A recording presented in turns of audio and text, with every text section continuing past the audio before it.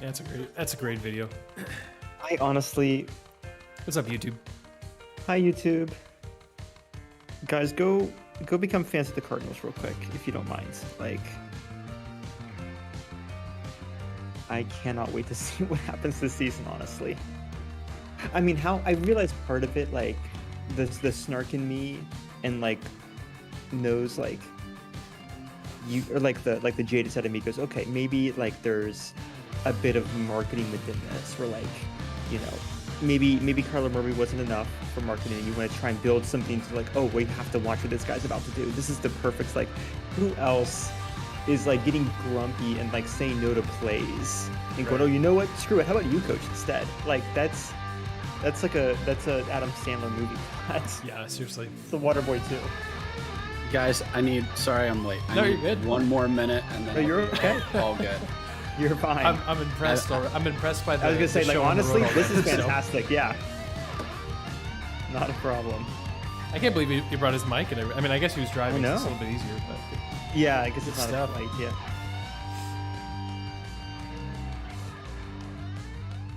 Dedication. not that I'm counting. Oh. There is 134 hours, 25 minutes, and 46 seconds until college 46 seconds. football starts. I may or how may many not days have again? a countdown on my stream deck. You said well, you didn't say days. You said hours. Yeah, Wait, 134 hours, correct. Oh wow, You're 6 days away. that's crazy. That's fun. I can't wait. I'm so excited. It's a mixture What's, it's a mixture of stress that I'm not done with college football previews yet, but mostly excitement that it's here. So it's good. Yes. What's game one? Who we watching first? Technically, at noon Eastern time, you have Western Kentucky and Austin P, but at 12:30 is your Nebraska Northwestern game from Ireland. So Either one, fantastic. yes, agreed. I need to run out of acid. Just remembering. Get that guy going. Mm. Give me sports. There we go. I gotta see what the Mac's doing this year. Dude, the Mac's gonna be wild. Oh my gosh, this is gonna be fun. That's actually the conference I'm working on right now. Like I was literally right now? mid Yes. Northern Illinois preview before I jumped on. Always Maction. Once we have these previews out, I'm going to. I think it's fine if I say this out loud. Who cares? I'm going to email every MAC athletic department and request media access and just see what we get. So, I've got a couple connections at some different places, so I'll probably ask there specifically. But I think that'd be sweet to like actually cover a game. That was one of my goals for 2022 is to. And I don't know how realistic that goal is, but was to cover a college football game on the media side of things. So we'll see. Well, and regardless, if the MAC is any good, and we know they are, you at least know, like, oh, we only accept X for press. Like, and at the very least, there might be some specific, oh, here's a milestone we need to hit. Yes, exactly. You know, verify it on Facebook or whatever. Like, you know, have at least 2 videos with a million views. Yes, exactly. Which we do. Oh, the other one hit over 1 million too? Well, the last one on TikTok did, and then one of our Facebook videos has like almost 4 million. Oh gosh, and that's the Stanley Cup one, right? That one's the stupid mistakes one. Oh, the stupid mistakes one. Which that one also has like 200,000 views on YouTube. So if you're here watching because you watched that video, Thank you. Johnny, what's up? You know, I'm doing all right. I hadn't peed since Memphis, so I just kind of needed to go. So Yeah, that's okay. Listen, I don't think I was gonna make it through the show. So that would have been a really fun thing where it's like we just record the fastest episode possible. It's still 15 minutes, but Just like, for it's just you, yeah. And we use as many water-based puns as possible. oh my goodness. Okay, I gotta decide. I had something I was following, but I don't even remember anymore. I don't either. I've driven something like 10 hours today or something, so. Well, Johnny, I appreciate you working it out in your schedule and for sitting down for another hour. Oh, that's okay. Part of it was a lot of pit stops, so it's not like it. I mean, I was in the car for 10 hours. I've been from hotel to hotel for 13 hours. So I took like 3 hours worth of pit stops. So. Yeah, all good. I am ready to go as always. So all right, I am recording. I'm recording. Oh, I should probably hit record. Yeah. I am also recording. Sweet. All right, I'll get started. Welcome to the Fifth and Goal podcast. My name is Aaron. I am joined once again by my good friends Josh and Jonny. We are back. It is episode 76. College football is that much closer. You can smell it in the air. But first, Josh, what's up, man? How was your week? Dude, we are here. Texas, it has rained like 3 days in the past week, which has not happened. Oh, I'm going to do that again. It is 9:30, Josh. We're going to get some fun. Guys, we are here. We are out. Hi, Aaron. Hi, Jonny. It has rained. I'm scattered because it has rained so much in Texas in the past week. It's rained 3 days in the past week, which has not happened in literally a year, a calendar year. And so we do not know what to do with ourselves with all this excess water. It's just coming down. We don't know what to do with it. I watched Interstellar. I pet a dog. Guys, it's been a crazy day. Nice. I mean, we had tornado warnings here in Ohio earlier, so that was interesting. Jonny, you're usually in Ohio. You are not in Ohio. Tell us about your travels. I'm not. So right now, as of 10 minutes ago, I'm in Arkansas. So definitely not in Beaver Creek like normal. So just doing a road trip through the South, some national parks, hitting them up. So it's been a good time. Good hospitality, good barbecue. Feel free to hit me up on Instagram in probably 5 more days, and I'll give you my rankings of barbecue across the South. Everyone will agree it will upset no one. So looking forward to dropping that on you guys. But on the road this week. Yes. Jonny, we don't need to get into this now, but you talk about the best barbecue in the South. How far west are you making your? How far west are you heading? I've been to Texas before, Josh. So it'll be on the list. It's not just from this trip. It's just generally. This is really just your entire experience. Well, this is the last of the southern states that I need to see. So I will have been to every southern state after this trip. Interesting. The only question is whether Missouri counts as a southern state or not. That's truly the problem. I haven't been there yet, so I haven't had the barbecue, so I can't say. But the barbecue will determine whether or not it's a southern state. Although my hot take is, fair. Sorry, Missouri, you're not. Yeah, you're the Midwest trying to be the South, in my opinion. You're the gateway. You're the transition states in between the Midwest and the South. Correct. But you are not fully southern. Gateway. Sorry. The gateway. Yeah, that's why you built it. Yes. Well, good. Glad to hear your guys' weeks are going well. My week is going well. Just so busy trying to crank out a bunch of college football stuff before it's actually here. It's a good time. Week 0 is just around the corner. By the time we talk to you guys next, we'll have actual college football that will have been played. More on that in a bit. But actually, by more on that in a bit, let's just dive right into it.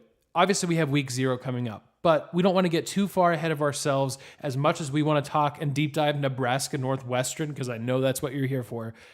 We'll give you a little bit bigger picture. We told you guys our conference championship preview last week.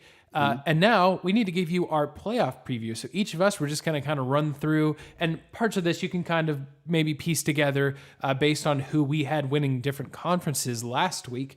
But we'll give you who we think the final 4 teams will be. Jonny, do you want to kick us off? Sure.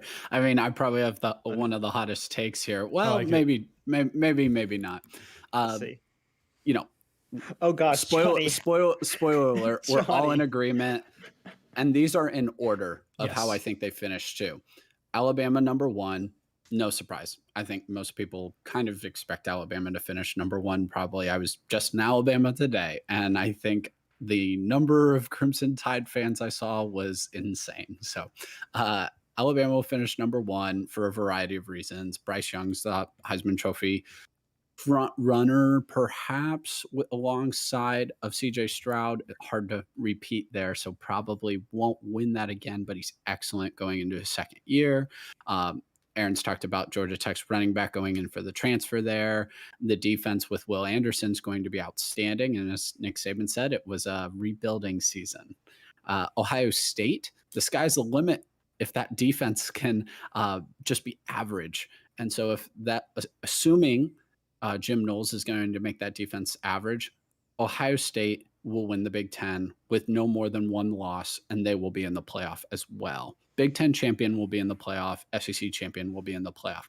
Really, after that, though, most people this year have no idea. So they're kind of throwing out the usual suspects of Clemson, Georgia, Notre Dame, Oklahoma. I'm going with Utah. And I'm going with Utah in part because I think USC is still a year or two off as far as creating their depth. I think if USC, this is a year or two from now, Lincoln Riley's able to use that transfer portal, but more importantly, get some of his recruits, perhaps.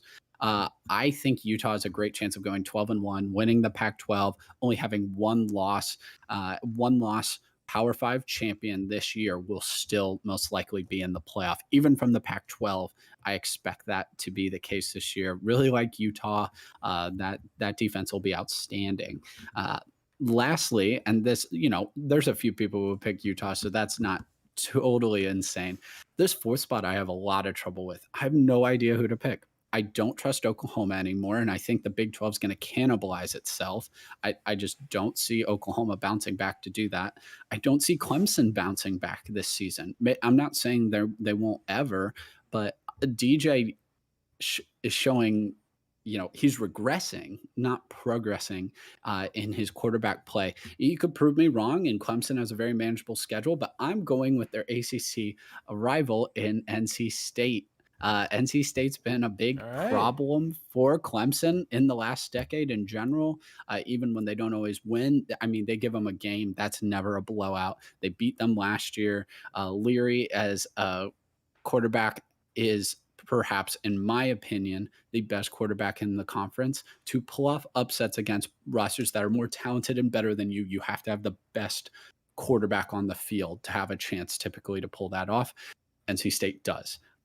Not to mention NC State has an excellent defense that'll keep them in games even when Leary might not be having his best. I think he's going to thrust himself into the Heisman race, and he might even be that third quarterback when we're looking at the draft that we've been searching for. So I don't feel super confident about NC State because while I think they can absolutely knock off Clemson again, they don't know how to be the hunted instead of the hunter. But they didn't even win the ACC last year. They didn't even make it to the conference title game. I think they're hungry for that specifically. I expect NC State to have a great season. Wow. I like it. I mean, I really like NC State. I know we talked about it. You're right. Leary's an excellent quarterback. They've got good weapons. They'll have to figure some things out. Well, Josh, I don't know. Better chance that North Carolina State ends up in the playoff, or better chance they lose week 1 at East Carolina? And this is what you I know exactly what's going to happen. I'm speaking it into existence. Yeah. Listen, it's okay.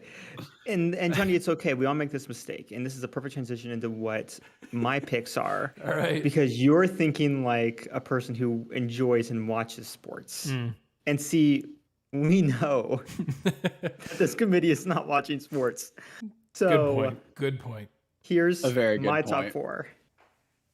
I went based on skill, strength of schedule, or sorry, when I say strength of schedule, I mean, well, we'll see. So, and obviously marketability. Yeah.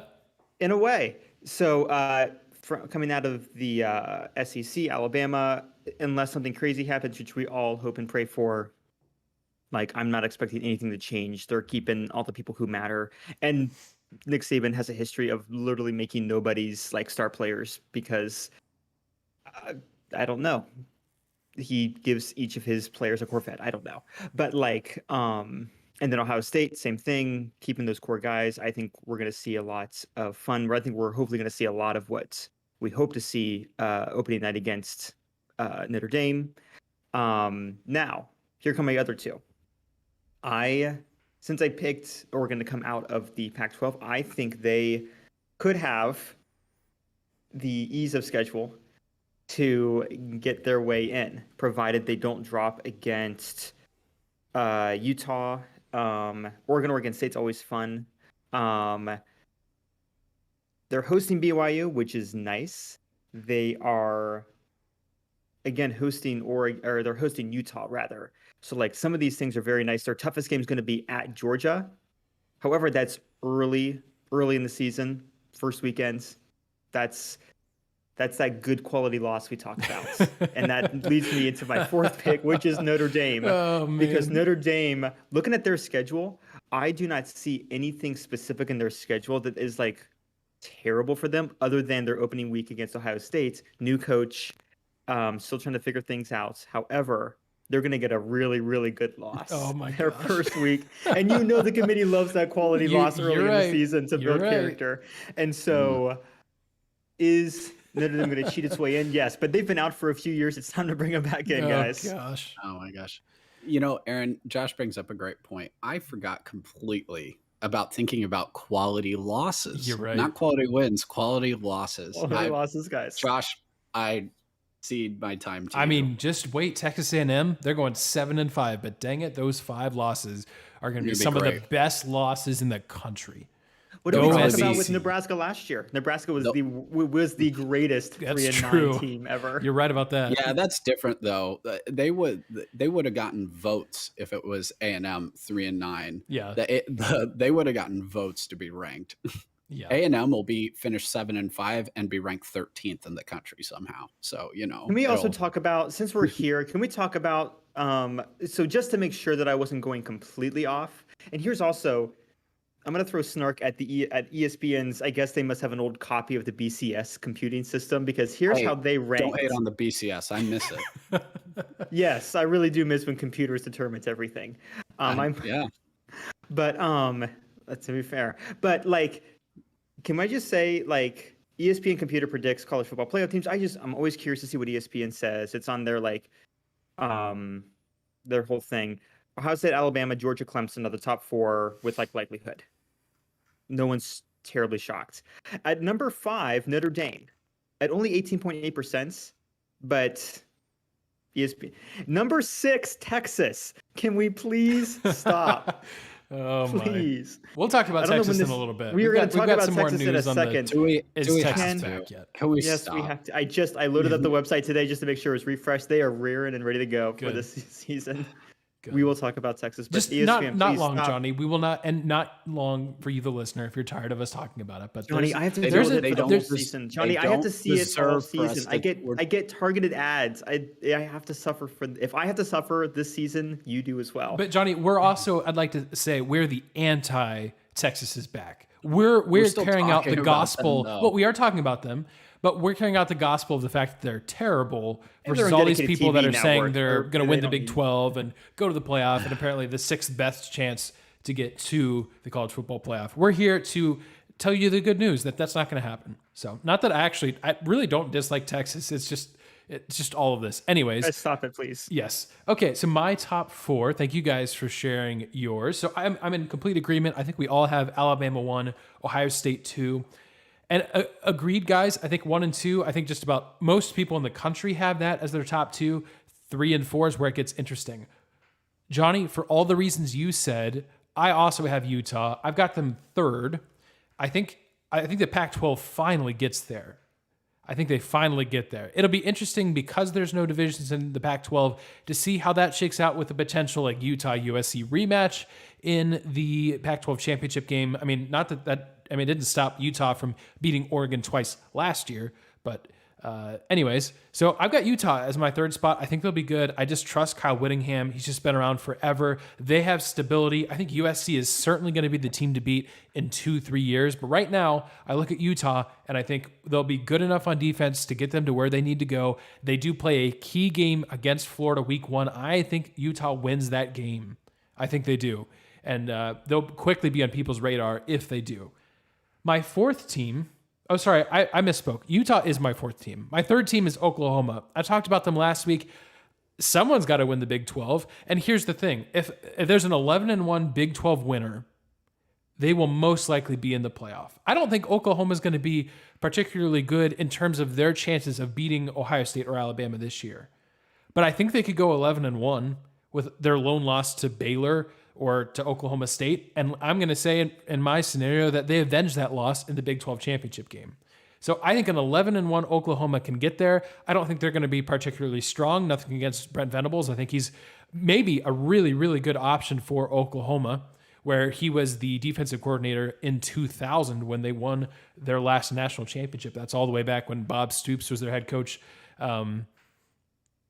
So that's my 4. So Alabama, Ohio State, Oklahoma, Utah. Here's my hang up, because I think Michigan is going to be 11-0 walking into Columbus to face an 11-0 Ohio State team. I think we're going to get that kind of clash again, like we've seen in years past. 2005, 1 versus 2. 2016, I believe, it was very similar. I think it was 2 versus 3 in that game. I think we're going to see something similar. My problem is I've got Ohio State beating Michigan. Where does Michigan fit in this at 11-1? Competing against an 11-1 Utah, let's say, and 11-1 Oklahoma, who both have won conference championships. I think Michigan's deserving of consideration, but here's the challenge. The advantage for Michigan to be 11-0 at this point is that their non-conference schedule is a joke. They'll go 3-0 just by waking up in the morning. But the downside is they don't have great resume boosters outside of teams in the Big Ten. Ohio State drops a game in the Big Ten. Well, at least you're counting on a win over Notre Dame, a win over Michigan probably. Like, say they go to Penn State and lose. You've got wins over Wisconsin, Iowa, Notre Dame, and Michigan. You're not really worried about it. Even if you don't win the Big Ten, you're probably fine. Michigan does not have that. Let's say Penn State and Michigan State have bad years. We've seen that recently. And so Michigan's best win is against Iowa, which is not necessarily going to be a bad win, but there's a scenario where Michigan's strength of schedule is really bad if you're in a scenario where you're comparing resumes. So I'm leaning towards Utah and Oklahoma based on the fact that I'm giving them conference championships. But Michigan is my 5th team, and I think it's close and could be an interesting discussion in the scenario that I've got. So those are my 4. I gave you a 5th. That's kind of what I'm looking at. I do think I'm with you guys. The ACC is going to be just insane. I've got Clemson winning the division at 10, or excuse me, winning the Atlantic Division and the ACC at 10-2. I think they lose to Notre Dame. I think they drop an ACC game somewhere, and then that effectively knocks them out of the playoff, even though they win the ACC. Aaron, in that scenario, I actually don't think it's that close. Like, I think they play it up as it's close, but it can't be because of everything you just said. If it's Ohio State, reverse the roles there. Michigan beats Ohio State, wins the conference. Obviously, they're in. Ohio State's the one with a much better case because Correct. They'll have that win over Notre Dame. They'll have that win over Wisconsin, over Iowa, Penn State, Michigan State. Like, well done. They had a good schedule, strong. They have a legitimate argument. Whenever you've seen that non-conference champion getting into the playoff, they often have that, that joker, and they have that card that they can play. In 2016 for Ohio State, that was defeating Oklahoma when they went to Norman and beat them. Oklahoma won the Big 12 that year, but they're 10-2. But that was a key piece of allowing Ohio State to still get into the playoff that year. And so Michigan is the opposite of that. It's not even remotely decent non-conference teams. Yeah. We're talking Hawaii, and is it UConn? I think Colorado State's in there. I can pull it up, but yeah, it's not great. There's some of the worst FBS teams. Yeah. And so, like, for all the reasons you said, there's no way you can let them in unless there's chaos, which in that scenario, very well they could be in. Yeah, Colorado State, Hawaii, standing UConn up. is your I don't see them standing up even to a one-loss Pac-12 champion or one-loss ACC or one-loss Big 12. If they're those three, if they're a conference champion, they're going to have an additional win. They're going key win in addition to winning the conference. I can't see the argument there. Just in, you're matching deserving and 4 best teams, which, it's always a mixture of the two somehow. While they might be one of the 4 best teams, they certainly won't be one of the 4 most deserving. And I think that's the trick there. That's the trick. But I think the ACC and Big 12 both could be just, I think both, I know you like Oklahoma. I think both of them might just go berserk this year and implode on Yeah. themselves. Would not be surprised if both conferences do that. And like you said, open door again for the SEC to get 2 teams, or maybe even the Big 10. I think, and obviously the team that we've all left out is Georgia. I think Georgia will be fantastic again, but I think they go 11-1, and I think Alabama beats them in the SEC championship. I have a hard time seeing how Georgia loses 15 players to the draft and comes right back into the college football playoff. If they do, then props to them and props to Kirby Smart. But that is a tall task. We talked about it last week. We compared some of the other teams that have lost that much draft capital, and they're just not as good. They're at least 2 wins less good. Well, that's good English, but you know what I'm trying to say. And I think that's going to be the case for Georgia. I think they have a great year. I do think they win the East, even though I know a lot of people are high on Tennessee and Kentucky. I think those will be some fascinating games. But I think Georgia goes 11-2, and I don't think we really have a conversation about them at the end of the year. We'll see. That's the fun part about just kind of wildly speculating before we know really anything. And again, if you know how we did last year, then you should take everything we're saying with a grain of salt. But it's at least a fun discussion. So, yeah, so that's our top 4 heading into 2022. So there you go. All right. Well, that kind of covers that. We'll jump back to college football in a moment, but there's a couple other quick hit items that we want to hit in this episode. The first is something that we talked about a couple weeks ago. The Deshaun Watson saga kind of just continues, but we got perhaps a little bit more of a resolution, at least from a perspective of the games that he will be sitting out. So the NFL basically appealed his original 6-game suspension. I think we were all very critical of how short that suspension was. It got moved to an 11-game suspension with a $5 million fine. I still think that suspension is way too short. I think a season should be the minimum, but we've already had that discussion. But guys, the really interesting twist on this, and we can pull out the conspiracy corner clock, whatever you want to do. I can go get it because, hey, Aaron, why is it 11 games? That's weird. It's not 10 or 12. Right. It's not a whole season. It's not. That seems like a very specific number. Yeah, it's Josh, it's funny you bring that up. It's almost like Cleveland is traveling to Houston in week 13 of the season this year to play Deshaun Watson's former team. It's almost like they've got it set up that even when you have a quarterback who's potentially done some horrible things, that, you know what, we're still going to benefit from it, and we're still going to give the fans some prime television, even in the midst of what is a pretty horrible situation. I don't even need to pull the conspiracy clock out because it's just true. I feel like the burden of proof is now on the NFL to say, oh, no, we didn't. Yeah. We didn't plan that. Right. Because, again, like you said, but look, we knew. I mean, Cleveland knew this was going to be an eventuality. I think Cleveland's congratulating themselves that he didn't get a full season. Oh, for sure. We can. I mean, right now, only $1 million Just listen to the available to him. Haslam's. Oh my gosh, yeah. And so, he's only getting paid $1 million this year of his contract, correct? That is correct. Of his contract, whatever words I said. And so they're getting a few free games out of him essentially. So this feels like a absolute win for the Browns. Yeah. For the organization, because you're gonna get a lot of speculation going into it because he's eligible this year, so people are going to talk about him for at least a few games. Most likely they won't be playoff ready, but although that would, I don't even know who they're running at this point, who their QB1 is, but my hope is that the Browns just absolutely go off with whoever's their starting quarterback. Josh Dobbs, baby. Let's go. Oh, let's go. So never mind, but my only hope would be that the Browns are so good they don't need Deshaun. But that's not going to happen. So, I mean, this is literally a win for the Browns. This is the best I could have hoped for. I mean, short of him basically getting banned from the league. This is the best option because he's able to train, he's able to do what he needs to do. He gets a few games in the regular season, probably no postseason games, but it's enough to keep people interested in the Browns this year. And so from a marketing standpoint, honestly, if I was Browns marketing right now, I'd be all over this. And that's kind of the problem that we've talked about is we're talking again about football fun things and not talking about the residual issues that pop up around this man. Yeah. Hmm. I will play devil's advocate for the league here because I also know like we all are on this and we're just talking about the football aspect of that today. Correct. Yeah. Listen to the podcast from a week or two ago if you want really what our thoughts are on this situation in general. But we're hoping that this is starting to come to some sort of resolution, and that's why the NFL did this.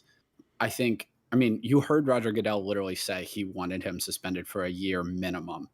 The reason that they arbitrated and agreed to this deal together is because the NFL wants this out of the news. They don't want the NFLPA suing, which they would have if they gave them a year-long suspension or indefinite suspension. So the NFL doesn't want this in the news anymore. They don't want it in the news during the regular season. They want us looking at the games. They want us thinking about the games, because if he got suspended for the whole season and the NFLPA sues and then files an injunction, Deshaun Watson could be on the field week 1. Yeah. Week 1. And then because he was playing in the preseason. And that's all we're talking about. Yeah. For a vast majority of all the talk shows and all the podcasts and during the game, that's all anybody's going to be talking about. Nobody's going to be talking about the football. And whether you can decide whether that's right or wrong, but that is a big reason here why the NFL decided to negotiate and come to this 11-game suspension, $5 million fine. Also because the NFLPA would see the new system as a farce, which it is a farce, but that would have confirmed it. So that's the reason why. I did do a little digging into 11 games because I really found that very interesting. That's 11, like an odd number is not typical. And Goodell himself was quoted in saying that he really didn't want him playing in Houston. And so while what you guys said is probably correct in part, also, if a player is suspended 12 games or more, it doesn't count as a league year. So Deshaun Watson's contract for next year would only count $1 million against the cap. So actually, they punished the Browns' salary cap more for suspending him 11 games instead of 12, if that makes sense, if you're following that. So actually, when I read that, I'm like, well, thank goodness they only suspended him 11 games instead of 12, because that would have actually and remember, the NFL owners they don't like the Haslams who own the Browns, especially after this. They didn't really before. They certainly don't now after giving Deshaun Watson all that guaranteed money, how they've handled that. All of those things, they're not very happy with them. They're not going to give them a lifeline. And for suspending them one more game would not have been worth doing that. So that's probably where the fine comes in at $5 million instead. And that's why it's 11 instead of 12, which is kind of what you probably would have thought the negotiating tactic would have been. I had no idea, but that's kind of part of the logic and reasoning here. At the same time, is the NFL upset that it's going to be excellent television? No, they're not at all. Yeah, you're right, Johnny.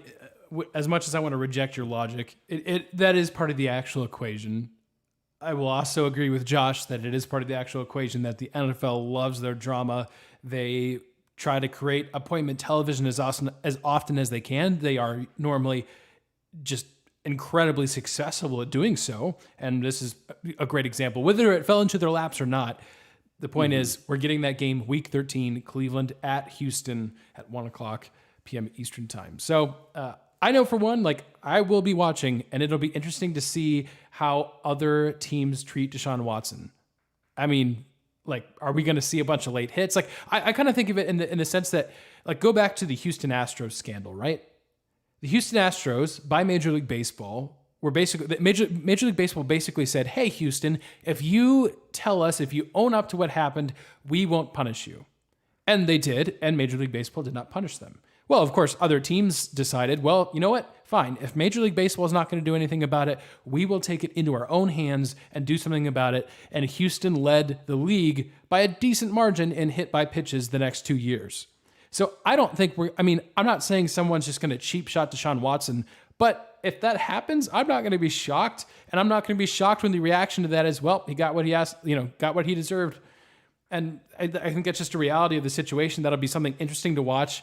Like how do the Browns teammates, like how do his teammates defend him if he gets into those situations? Because there's some people that are really upset with Watson, and I can't completely blame them because I'm not super happy with Watson either. Like I think this whole process has been slimy. Watson has been at times apologetic, but other times maintaining his innocence, which I think it's pretty clear based on evidence that he's not innocent. The only thing he's apologized for is for people's reaction to it. Yes. So, and we've all been apologized to before for, oh, I'm sorry that made you feel that way. Right. That's not a real apology. Yeah. Don't listen to that, guys. Don't believe it. If that's happening to you now, don't believe it. Yeah. Yeah, for sure. All right.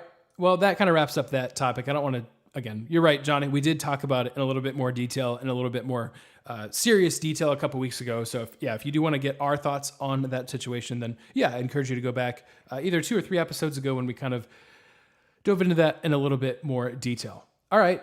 Just some other quick hits before we move on to kind of next segments here. The Yankees are kind of falling apart. So sound the violins for them. What a bummer.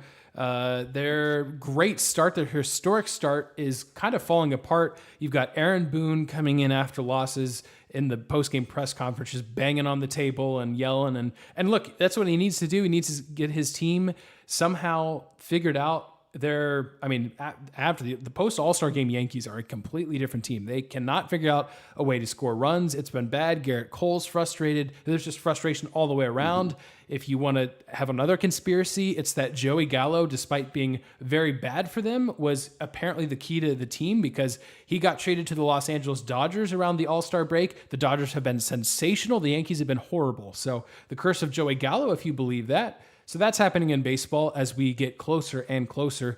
I know right now, as we're recording, the Red Sox and Orioles are playing in the Little League World Series Classic game, which is really sweet. They get all the Little Leaguers who are playing in the World Series right now in Williamsport. They got them in the front row watching this game, so that's pretty sweet. But the Orioles trying to get into playoff position despite being sellers at the deadline.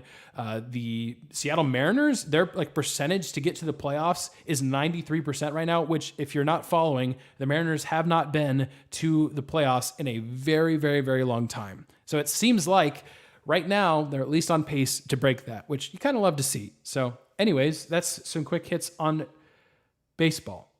All right. Should we real quick hit the Texas is not back segment of the show? We did promise we would. Yeah, Josh, you brought up the website. For listeners that may be new to our show, would you just kindly remind them of one of our favorite references on the interwebs? This is one of the best resources I was able to find last year, and I'm talking about the entirety of my life, including all of the grad school resources and libraries I get access to. Like, I can go to the 8-story Central Dallas Library, and it is not as good as is TexasBackyard.com. That's all it is TexasBackyard.com. Very simple website, is Texas Backyard. It says here in the quote, for Texas football to truly be back, we must maintain, hear that, Texas, maintain at least 10 wins each season.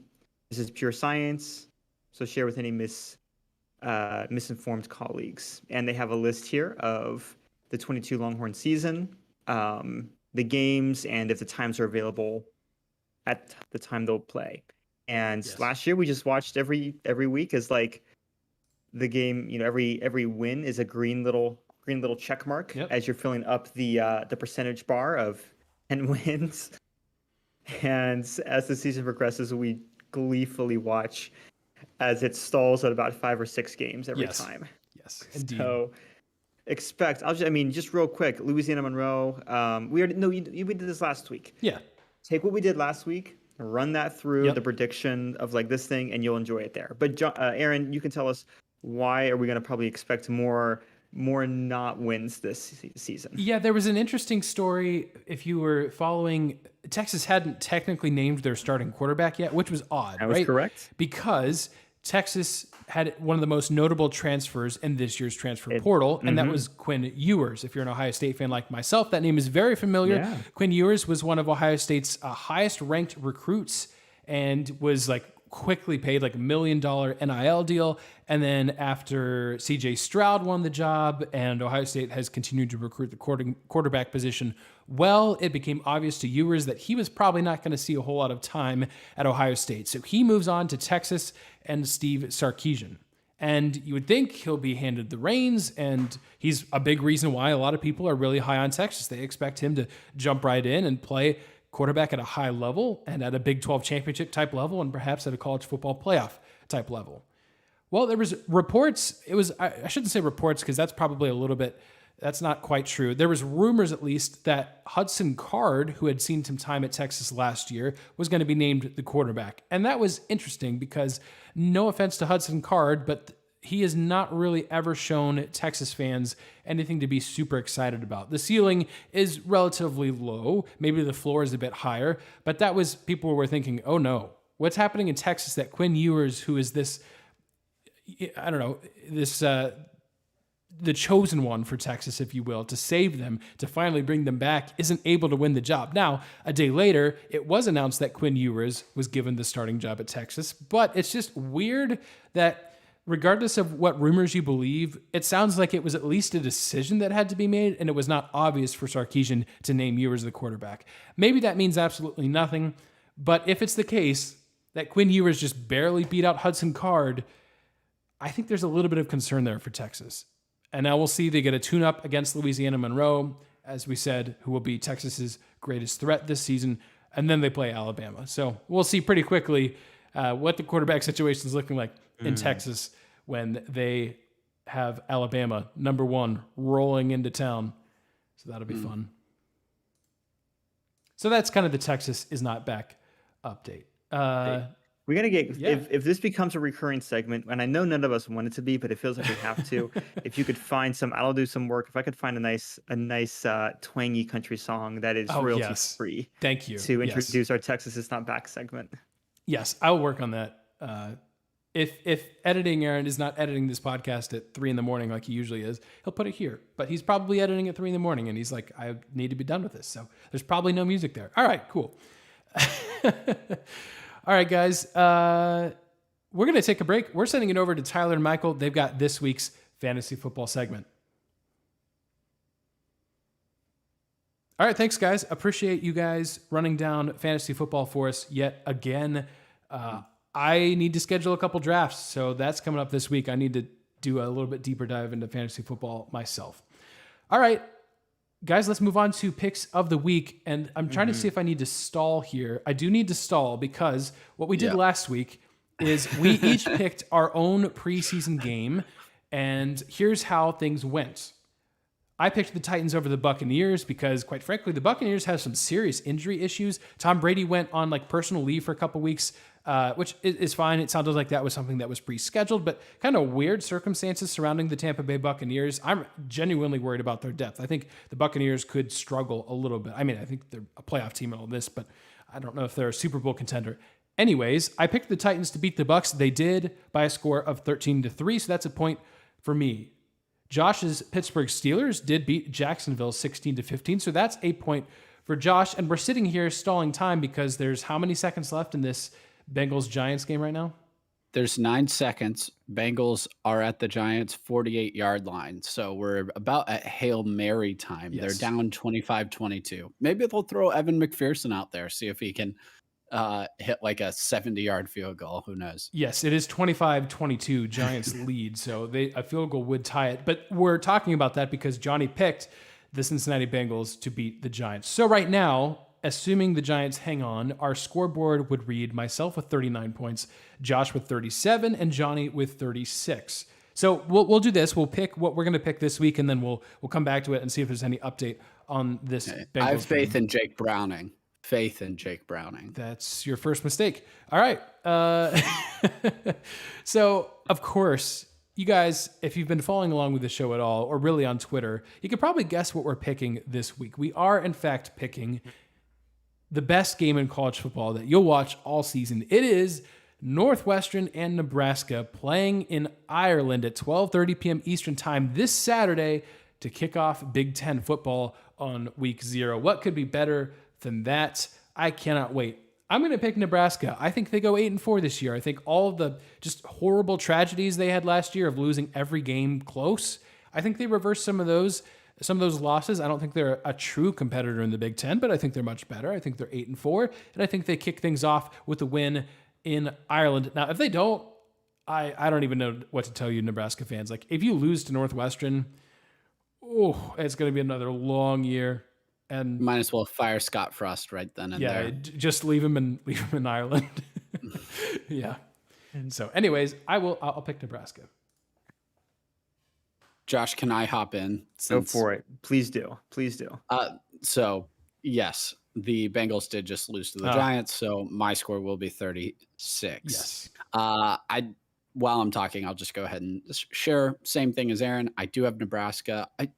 I really think Nebraska is probably 7-5 this year. I really do. There's no excuse for them not to be a 7-5, 8-4 team this year. And at that point, Scott Frost actually has something to build off of. Yes. They get to go to a bowl game. They get some positive momentum going.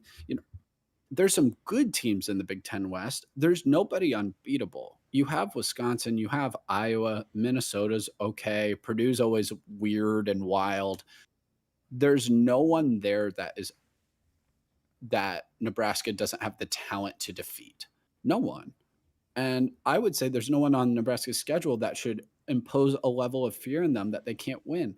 I think Oklahoma was much better last year. And you could argue if they just make a couple plays on offense, they could have won that game.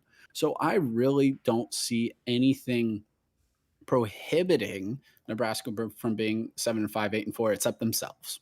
And that was what it was last year. And that's how you lose to Illinois is you muff multiple punts. You rough the punter. It's special teams issues even, which is just coaching and stupidity and lack of discipline. And it's, fumbling when you're trying to run out the clock in a game where lose 5 yards. Just don't fumble the ball. They found and invented ways to lose close games. Typically, when that happens one year, the next year it somehow rebounds. So I really think they're a 7-5, 8-4 team this year. It starts with beating Northwestern.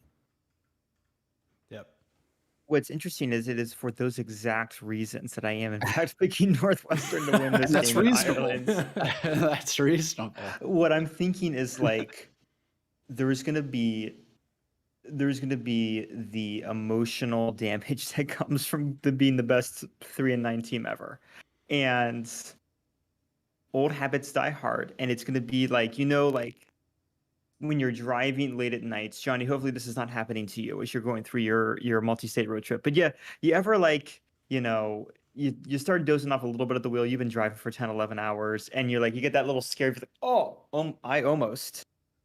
And yes. It's gonna happen with Northwestern, where they're gonna lose in Ireland, and they're gonna go, wait a second, are we gonna go 3-9 again? And they're gonna go, no, this is the moment where we stop. This is the moment when we're gonna be the best 8-4 team now. So yes, that 8-4 season is gonna happen. It has to start with a loss to Nebraska, or it has to start with a loss to Northwestern in Ireland. Nebraska's the kind of team, if they lose to Northwestern, they could go 0-12. It could spiral.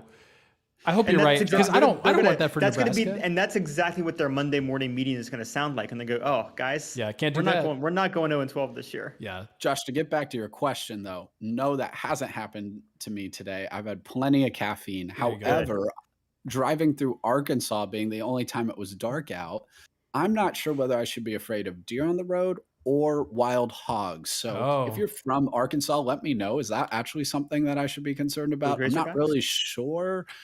Do they actually? I'm guessing not, but I do know that there are wild hogs. So please send me a message if that's actually what I should be watching out for instead of a deer. Yeah, that's a good thought.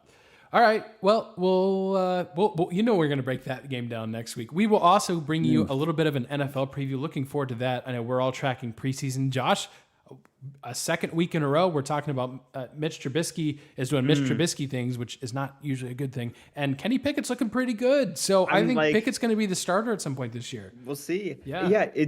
There is no rush. By the way, did you guys get the final on the Giants Bengals game? Yes. Okay. So sorry. So we are. Oh, I'll just take that again. Yeah, there is no rush. There is still time. I'm still hoping that this is like a year of development for Pickett. Like there is no. I'm okay to take a rebuilding year as long as we actually take the time to rebuild in that year. Like I'm fine to have the patience. Trubisky can do Trubisky things as we knew he would do. And Pickett will get his time later on in the season, hopefully. But I'm very excited with the progress. Some away testing, some home testing. Let's keep it going. And the fan base loves him. It's a homegrown guy. He's not moving stadiums. It's a great story, and it's been working. Seems to be working okay this early on preseason. Obviously, rules are all different, but cautiously optimistic. This seems nice. Yeah. All right. Well, that takes us to our favorite segment. It is what we're following, guys. I'll kick it off. If you know me at all, or if you've been listening to the show for a while, you know I get super into college football. So here's the deal. I've had September 3rd, which is the Saturday of Labor Day when week 1 college football kicks off. I told my wife 4 months ago, probably at this point, hey, just so you know, I am happy to do whatever yard work you need, whatever house projects, truly whatever you need, 364 days of the year. September 3rd, that is my day to just sit on we just got a new couch. So we're breaking it in right now. This is my day to sit on the couch and watch college football and just enjoy everything that week 1 will bring. And she's on board. I'm not I'm twisting her arm to do this, I should point out. But here's the thing, and this is where I need your guys' help. I am working through what I want my menu to be throughout the day, because here's my perfect day in my mind, right? I'm not a morning person, but I will get up at 8 a.m. to make my scrambled eggs and bacon and whatever else for breakfast. So that way I'm got my breakfast ready and my coffee at 9 a.m. I'm there for college game day. I think we've got a really good white chicken chili recipe picked out for lunch, but I'm trying to think through dinner. So if you guys have go-to tailgate style food, or just your favorite meal to eat while watching college football or anything like that, let me know on Twitter. Hit us up at Fifth Goal Sports, or just me individually at Aaron D. Lynn. But at Fifth Goal Sports is a great place too, because then we'll retweet and have the conversation about the best tailgate food to have for college football. So that's what I'm following. I'm following my epic Saturday of football in a couple weeks. So very excited for that. Now, hopefully it doesn't end in tragedy with Ohio State losing to Notre Dame. That would really put a damper on things for me personally, but overall will be an awesome day. So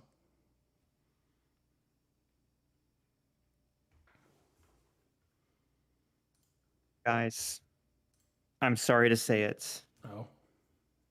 Houston does not exist. Interesting. Gosh, I've been there. You did not. So sorry. I don't know where they took you. I saw the photos, and those photos were not taken in Houston.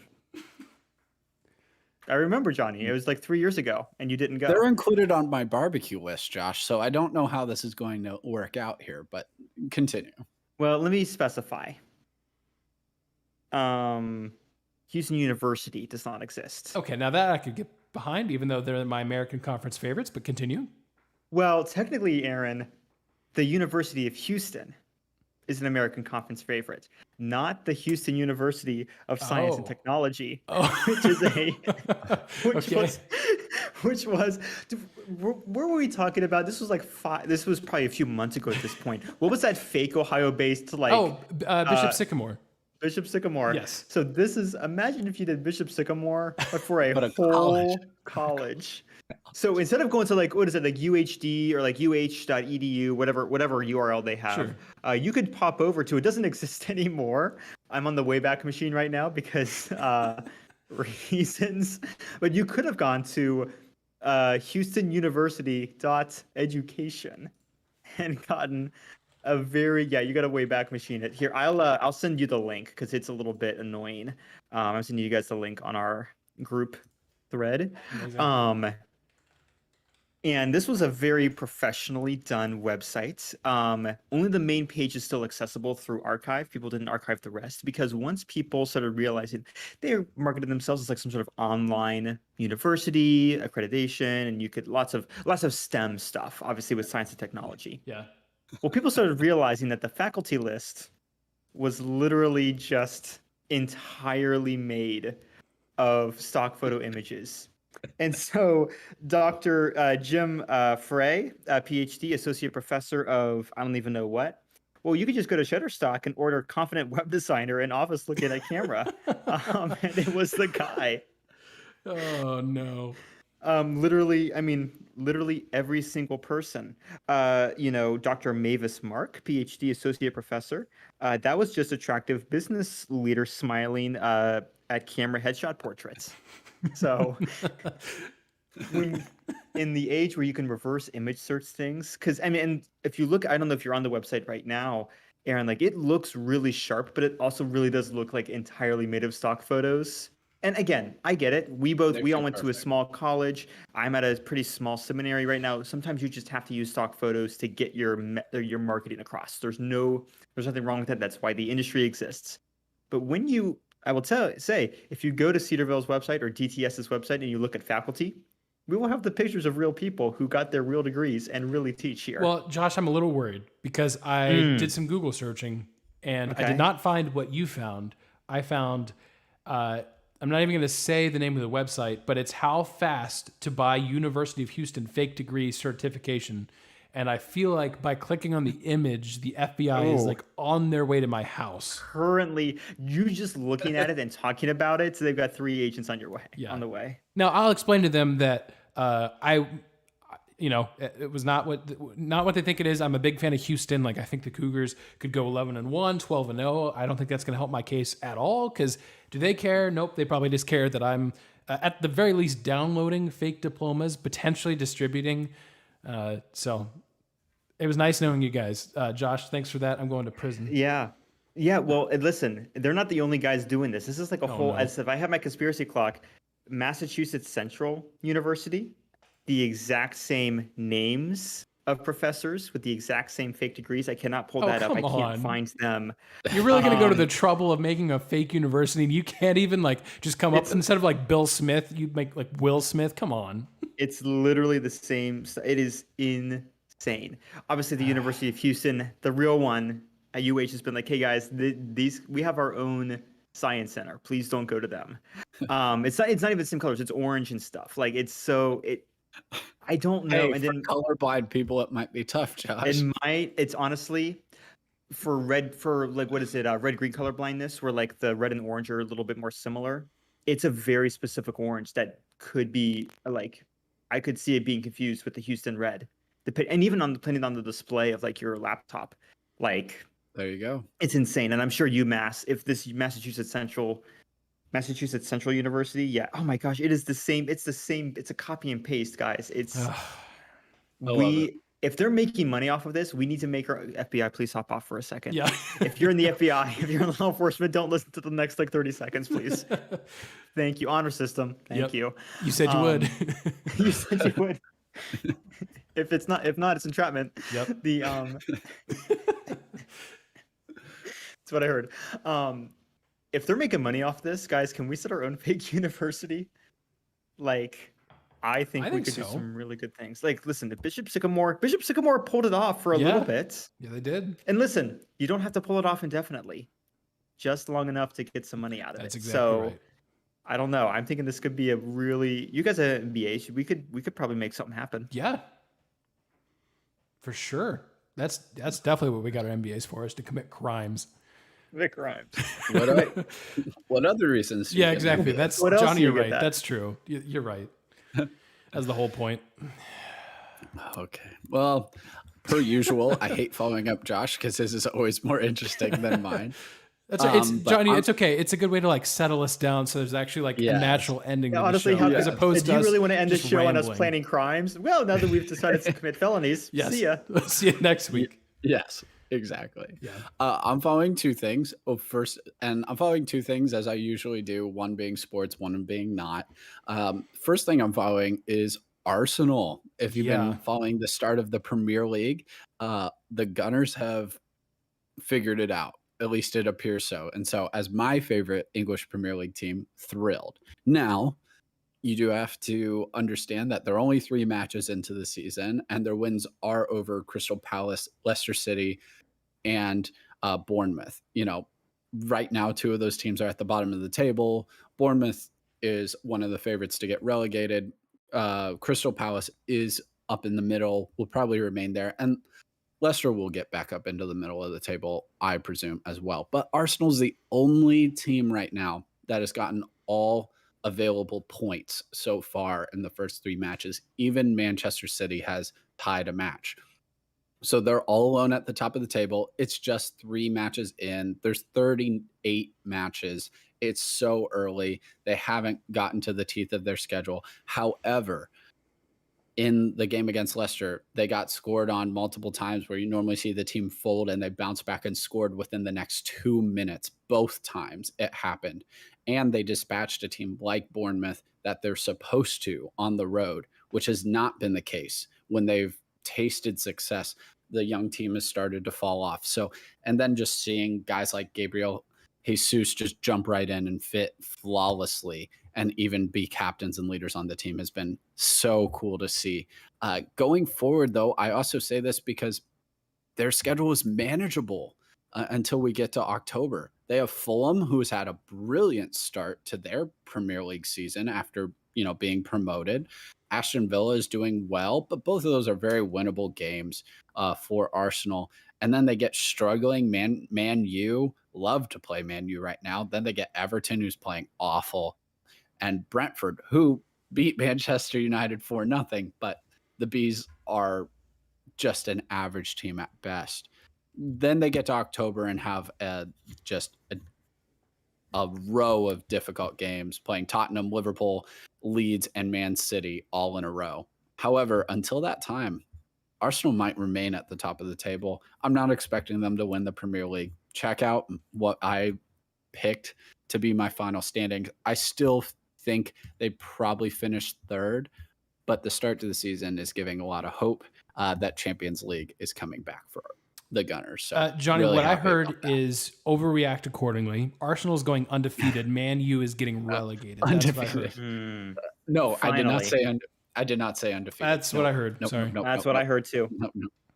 2-1. Sorry. But if you have Peacock, watch the Undefeateds Yeah. documentary on Arsenal with Henri. Very good. And real quick to interrupt you, sorry, one more time, Johnny. If you also want to hear more of Johnny's soccer thoughts, by the time this episode comes out, there will be a new episode, you could call it that, a new article from Johnny regarding growth of soccer in the United States. So that's a good read, so go check that out on our website, fifthandgoalsports.com. Yeah. No, that's great. Appreciate that. Good read just on where we're at in the state of soccer in the US. You probably read a lot of those articles projecting going forward. I'm talking about more the here and now.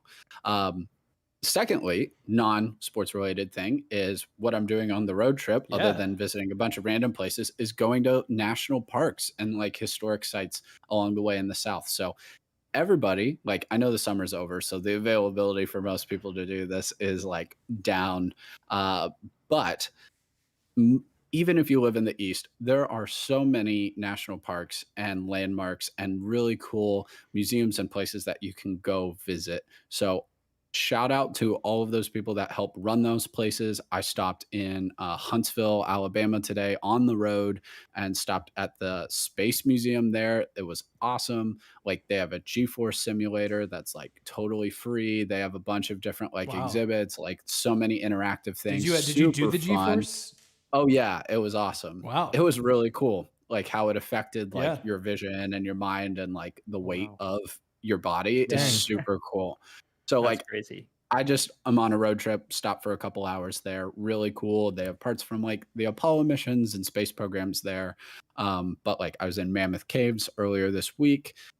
Really insane the tour guides do a phenomenal job. I'm in Hot Springs in Arkansas, so that's a national park. So I'm about to hit that up. I'll be in St. Louis later this week, but Shenandoah is great. Smoky Mountains are great. So like out west is phenomenal. Definitely go to those national parks too. But if you live in the east, there's a lot more around than you would ever imagine. So hit up those national parks. They do a great job. And it's a pretty cheap and fun vacation in the outdoors. Yeah, for sure. And Jonny, you mentioned it. You'll be posting some rankings on Instagram, so go check Jonny out on Instagram and check us out on at Fifth and Goal Sports while you're there too. But yeah, I'm excited for the rankings because you're right. That certainly will not cause any controversy on who has the best barbecue. None whatsoever. So looking forward to that. Oh man. All right. Well, good. Well, we wanted to say thank you to the listeners for hanging out with us today. I hope you enjoyed this episode. I hope you enjoyed college football. It's here. Enjoy it. I know there's 11 games at week 0, and maybe if you're not a diehard college football fan like we are, you're not super interested, but hopefully it gives you a taste of what's to come. Week 1 is just around the corner. We'll be breaking a little bit more of those matchups down, as we mentioned: Utah, Florida, Ohio State, Notre Dame, Georgia, Oregon. We've got some really, really good matchups in week 1. We're excited to break it all down. We'll do that next week. We'll talk NFL more as well. We appreciate you guys. Thanks for listening. We'll see you guys next week.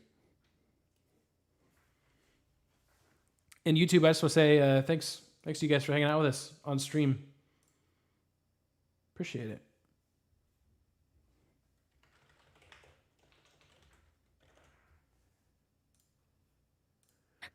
Ooh. Go to Massachusetts Thanks Central. for being adjustable, guys. Oh yeah, absolutely.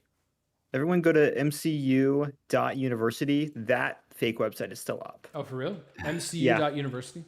mcu.university. What did they get out of it? Like, is I don't it just know. fraud? Like, people make payments, or like what? Wait, how is this That's still what I'm up? thinking. On, I'm like, YouTube. I'll put this. Hang on. What? What I is got their you guys. purpose? That's what I'm trying to think. Is I'm trying to see if I can enroll, and just see if they'll take my money, because I was looking at their accreditation, and that's all sketchy. Wait, their accreditation. How'd they get the videos in the background? Because I'm watching. Yeah. No, my guess is that's literally just Do they stock have a campus photo. tour? Dang. Right? No, they don't. Hold on, let me see the. I'm looking at admission right now. Yeah. I want them to have a campus tour. So if you pay attention, to the how the Houston University of Science and Technology, look at their opening videos, and I believe they're the same exact video. Okay, I need to get to the what was the other site? You said you went Wayback Machine. I need to figure that out. Yeah, I sent both links on our group text. Oh, cool. Yeah. Well, anyways, YouTube, here you go. Yeah. Here's your fake university. So I will go out on a limb and say Massachusetts Central University has never lost a football game, or probably they've never. Can't lose if you don't exist. Undefeated in everything. Apply now, and there it is. They'll take your info, and so it could be like data farming. It could. I mean, honestly, I could see this as data farming. Yeah. But yeah, I have both websites pulled up at the same time. It's the exact same. It's the exact same video. So they have an address. They have a physical address? They do. You're right. Where does this work? Hang on. Hold on, guys. Oh my God. This is what you get if you hang out on stream with us. You get the after show. This is behind the integrated sciences complex. Okay, I'm going Street View on this because I don't trust that. I'm throwing it Google Maps. I mean, it's a building. This is Boston College. Oh, oh my gosh. University of Massachusetts, Boston. So this is UMass. It is. So they just took UMass, like their address. Yeah. Yeah. So UMass plus Boston College equals Boston College. So the Boston College is Boston College High School. And so Houston, Texas. So the Houston University of Science and Technology also has a corporate administrative office. So I'm going to look and see. Okay, I'm looking that one up too. Because that's San Jacinto This Street. building points to the Integrated Sciences Complex on the campus of UMass. Yes. Not the same thing as this. We are cracking this thing wide open. It's crazy that they're like that. This is known that website's still up. That's crazy. Right? How? Yeah. No, that's what's crazy to me is I'm like, one of these is like, okay, so this is just a big building. I gotta figure out. I gotta get to the front of this building somehow. Yeah. Hold on. I'm I gonna feel like I need travel. to get your screen. 'Cause I feel like you're a better. Oh yeah. Let's see if I Searcher can. than Let's I see if I am. can just do that. Yeah. If you can share, Let I'll me- I'll throw your screen on the stream. Yeah. I'm gonna say. Hold on. I'm gonna make sure that my file hook. I'm gonna make sure that as I have to start closing some things. All right, I want to see photos of this. So Oh, this I is got- where I they got say their you. university is located. Paper. So 76 is what we're looking for. Oh, it's gonna be in trees. Interesting. Ooh. And there's some cool pictures. It's a cool place. Mhm. It's real, it just doesn't belong to them. Right. That's wild. Wait, okay, here's our clue. We're gonna play like GeoGuessr. Is there a university name on the top of this? It's really hard to read. Here it It's is. like right here. I can't read that. It definitely doesn't say Massachusetts Central University. That I can tell. Yes. There's no way. Okay. I can close that. Yeah, we're gonna just play some GeoGuessr. See where Yes. Okay, so I have my file uploading. Okay, let me share my Yeah, yeah. screen. There it is.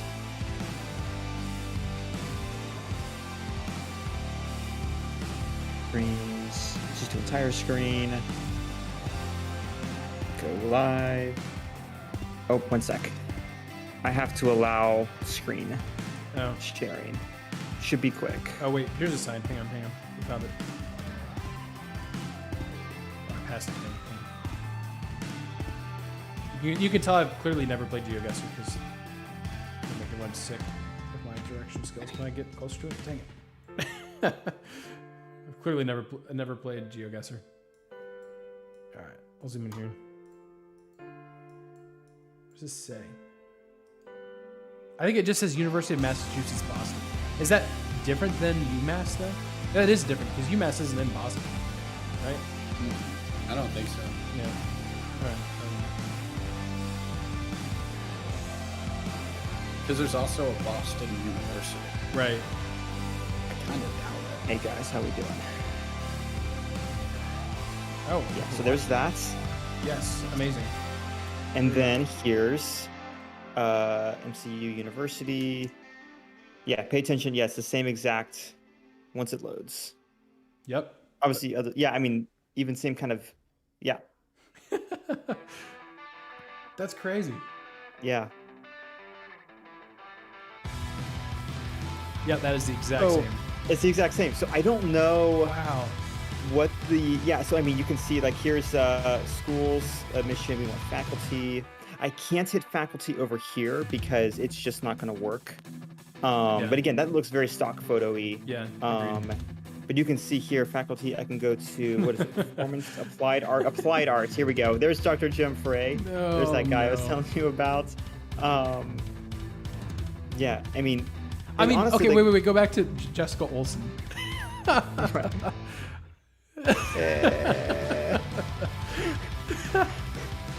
That's too funny. My goodness. All right, YouTube. We'll give you that as your lasting image to go about your week. Is Dr. This Jessica guy looks Olsen. like a freaking worship pastor. Yeah, he like, does. He does. All right, thanks for hanging out with us. Appreciate it, guys. YouTube. We'll see you guys around this week.